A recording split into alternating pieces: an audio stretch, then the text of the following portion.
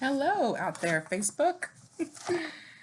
I am doing this video because I am doing the Ogden Farmers Library reading challenge for 2020.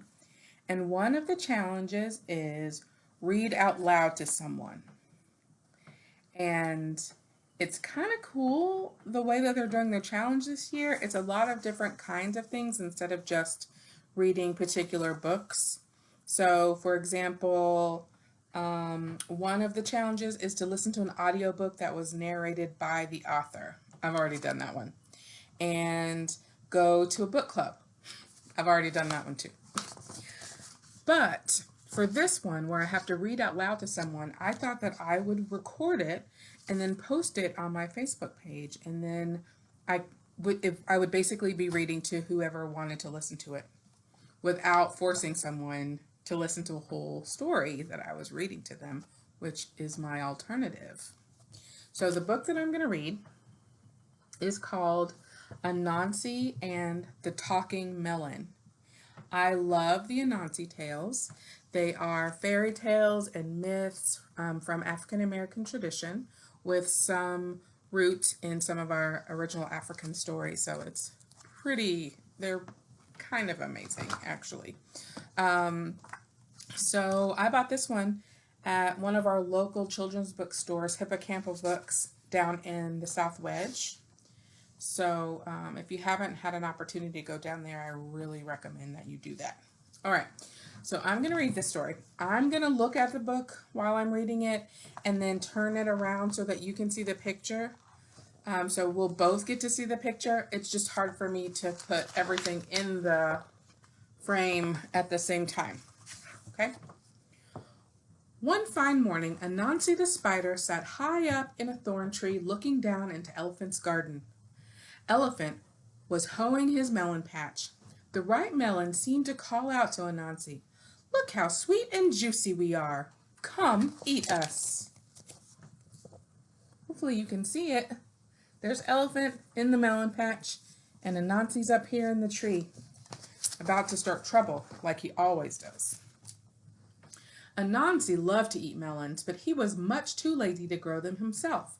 So he sat up in the thorn tree, watching and waiting while the sun rose high in the sky and the day grew warm. But by the time noon came, it was too hot to work. Elephant put down his hoe and went inside his house to take a nap. Here was the moment Anansi had been waiting for. He broke off a thorn and dropped into the melon patch. He used the thorn to bore a hole in the biggest, ripest melon.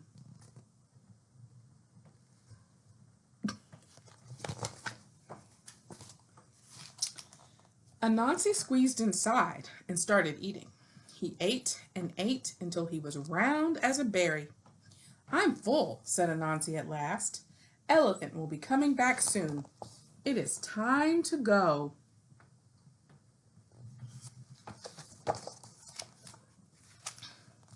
But when he tried to squeeze through the hole, Anansi had a surprise. He didn't fit. The hole was big enough for a thin spider, but much too small for a fat one. "I'm stuck," Anansi cried. "I can't get out. I will have to wait until I'm thin again." Anansi sat down on a pile of melon seeds and waited to get thin. Time passed slowly. "I'm bored," Anansi said. "I wish I had something to do." Uh-oh, he's bored and a trickster. Just then he heard Elephant returning to the garden. Anansi had an idea. "When Elephant gets closer, I will say something. Elephant will think the melon is talking." What fun! Elephant walked over to the melon patch, looked at his fine melon. "How big and ripe it is," he said, picking it up.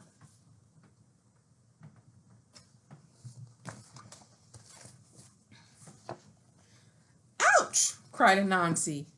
Elephant jumped. "Ah, who said that?" "I did. The melon," Anansi said. "I didn't know melons could talk," said Elephant. "Of course we do. We talk all the time. The trouble is, you never listen." "I can't believe my ears," Elephant exclaimed. "A talking melon! Who could believe it? I must show this to the king."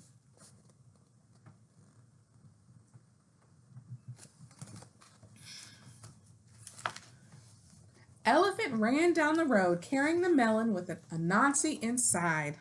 Along the way, he ran into Hippo. "Where are you going with that melon?" Hippo asked. "I'm taking it to the king," Elephant told him. "What for? The king has hundreds of melons." "He doesn't have one like this," Elephant said. "This is a talking melon." Hippo didn't believe Elephant. A talking melon. What an idea!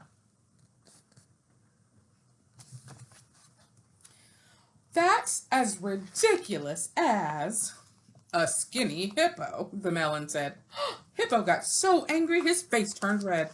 "Who said that? Did you say that, Elephant?" "It wasn't me, it was the melon," Elephant said. "I told you it talks. Do you believe me now?" "I do," Hippo exclaimed. "I want to go with you.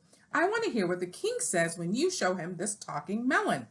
"Come along then," said Elephant. So Elephant and Hippo went down the road together, carrying the melon.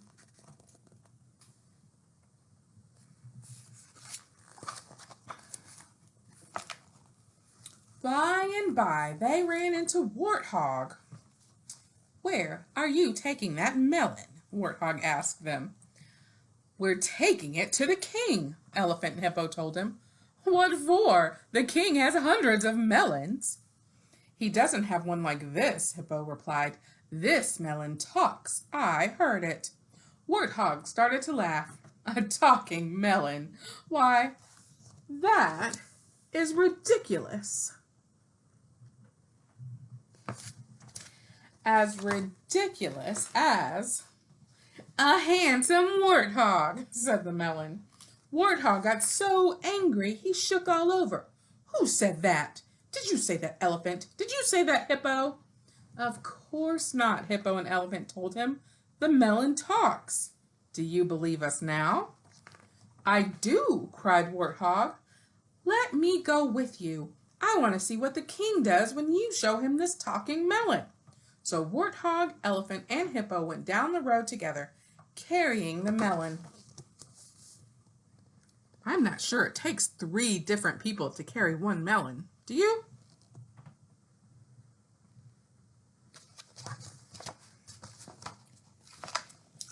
Along the way, they met Ostrich, Rhino, and Turtle. They didn't believe the melon could talk either until they heard it for themselves. Then they wanted to come along too.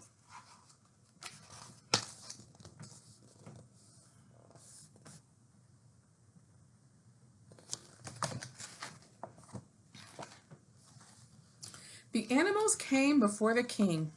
Elephant bowed low as he placed the melon at the king's feet. The king looked down. "Why did you bring me a melon?" he asked Elephant. "I have hundreds of melons growing in my garden." "You don't have one like this," Elephant said. "This melon talks."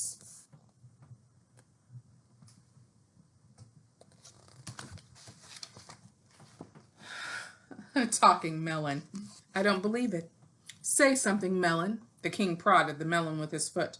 The melon said nothing. "Melon," the king said in a slightly louder voice, "there's no reason to be shy. Say whatever you like. I only want to hear you talk."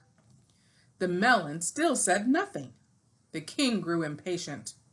"Melon, if you can talk, I want you to say something. I command you to speak." The melon did not make a sound. The king gave up. "Oh, this is a stupid melon." It's getting upset.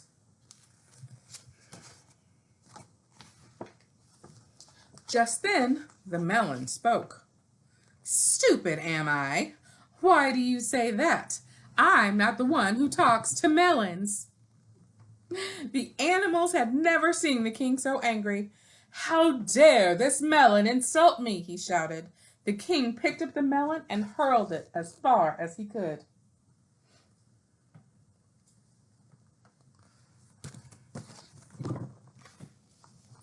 The melon bounced and rolled all the way to Elephant's house. Kapam! It smashed into the thorn tree and burst into pieces. Anansi picked himself up from among the bits of melon rind. All the excitement had made him thin, and now that he was thin again, he was hungry. Anansi climbed the banana tree. He settled himself in the middle of a big bunch of bananas and started to eat.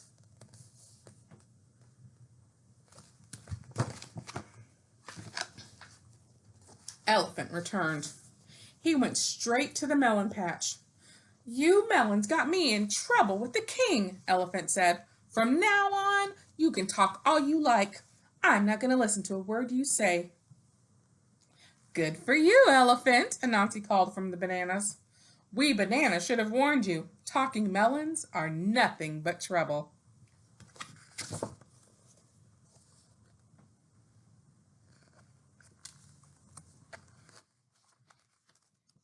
Thank you so much, if you're still here, for listening to me read this book as part of my reading challenge for this year.